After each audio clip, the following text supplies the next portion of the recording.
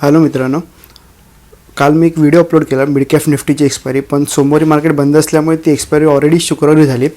मला एवढं लक्षात नव्हतं. मला वाटलं की 17 तारीख हे मंगळवारी असेल म्हणून. ओके, तर मी आता तुम्हाला फिन निफ्टीची एक्सपायरीचं सांगतो आपण काय करू शकतो. मी स्वतः काय करणार ते सांगतो आणि त्याचप्रमाणे बायर्स आणि सेलर दोघांचं मी क्लिअर सांगतो.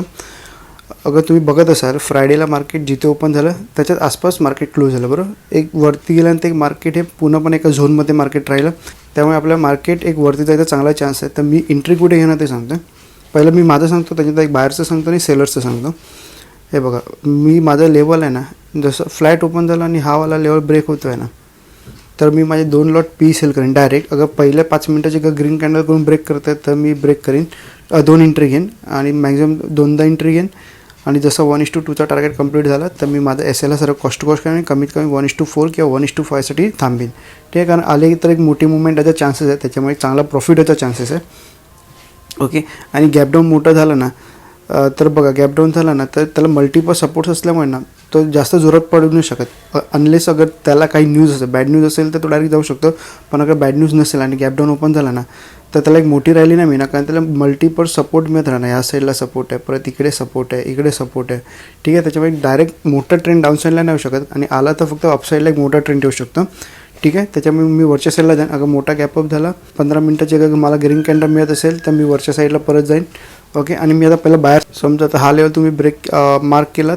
ठीक आहे, त्याच्यावरती अगर बायर्सने अगर 5 मिनटाची अगर ग्रीन कॅन्डल क्लोज करते ना, ठीक आहे, हा ग्रीन कॅन्डल क्लोज करून त्याच्यात जसं हाय ब्रेक करते ते आपण एंट्री घेऊ शकतो. आणि त्याचा लो असेल तर आपला एस एल असेल आणि कमीत कमी 1:4साठी टार्गेटसाठी जावं, कारण अगर ब्रेक केला ना तर एक क्विक मुवमेंटम त्याची गरज आहे, चान्सेस आहेत. कारण काय मार्केट इकडे पूर्णपणे साईडवेज गेलं आहे, तर गेलं तर एक मोठी मुवमेंट मिळायचे चान्सेस आहेत. ओके, त्यामुळे आणि मॅक्झिमम 2दा ते 3दा समजा छोटी कॅन्डल असेल ना तर मॅक्झिमम 3दा एंट्री आणि मोठी कॅन्डल असेल तर मॅक्झिमम 2दाच एंट्री घ्या.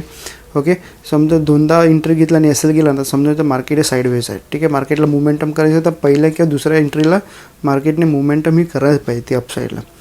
ठीक आहे, क्लिअर आहे. आणि आता सेलरचं सांगतो, सेलरचं पण सेम आहे. समजा ह्या लेवलच्या वरतीच अगर आता ही ग्रीन कॅन्डल बनली, 15 मिनटाची ग्रीन कॅन्डल बघा सेलर्सवाल्याने, ही ग्रीन कॅन्डल बनली 15 मिनटाची ग्रीन कॅन्डल बनली आणि जसं त्याचा हाय ब्रेक केला ना, जो पण लो असेल ना, समजा आता 22,400चा लो असेल तर 22,400चा आपण पी सेल करू शकतो.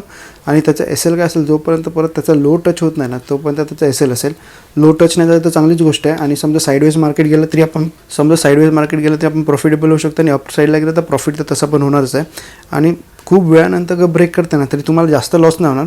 अगर क्विक तुमचं एस एल घेत असेल तर तुम्हाला थोडाफार लॉस होऊ शकतो, पण अगर थोड्या वेळाने 2-4 तास अगर मार्केट साईडवेज गेली त्याच्यानंतर परत लेवल ब्रेक करतो ना तर जास्त लॉस नाही होणार, एकदम मिनिमम लॉसमध्ये आपण निघू शकतो. तर मॅक्झिमम 2दा एंट्री घ्या. एकदा एस एल गेला परत सेम लेवलला आला तर आपण अजून एकदा एंट्री घेऊ शकतो. मॅक्झिमम 2दा एंट्री, 1:2चा टार्गेट कंप्लीट झाला, आपला एस एल सर्व कॉस्ट टू कॉस्ट करा. ठीक आहे, मी थोडी रिस्क जास्त का घेतो ते सांगतो. का मला रिस्क रिवॉर्ड मला जास्त मिळतो, का मी डायरेक्ट एंट्री घेतली तर माझा रिस्क रिवॉर्ड मला जास्त मिळतो, पण माझा एस एल पण खूप वेळ जातो. का तुम्ही बघत असाल मी छोटे एस एल मार्केटला देतच राहतो. ठीक आहे, त्याच्यामुळे कारण मला एक मोठा ट्रेंड पाहिजे असेल ना तर मार्केटला छोटे एस एल देणं हे गरजेचंच आहे. पण सेफ ट्रेडरसाठी बायर्ससाठी 5 मिनटाची कॅन्डल बघा आणि सेलरसाठी 15 मिनटाची कॅन्डल बघा.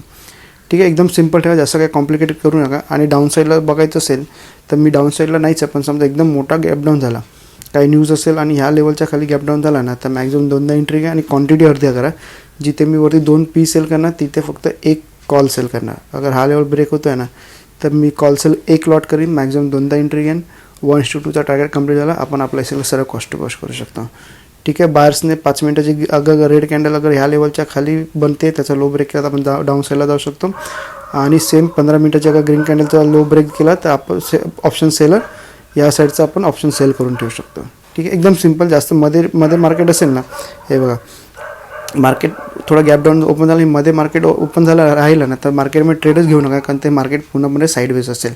ठीक आहे, ट्रेंड फक्त हावाला हाय ब्रेक केला आणि इकडचा लो ब्रेक केला तरच घ्या. मध्ये हे मार्केट हे फक्त वॉलेटाईल होईल आणि फक्त एस एलच घेऊन जाणार. ठीक आहे, एक क्लिअर ट्रेंड नाही मिळणार. ओके, आणि अजून तुम्हाला काही डाऊट असेल तर कमेंट करून विचारू शकता. व्हिडिओ आवडला लाईक करा, चॅनलला सबस्क्राईबसुद्धा करू शकता. धन्यवाद.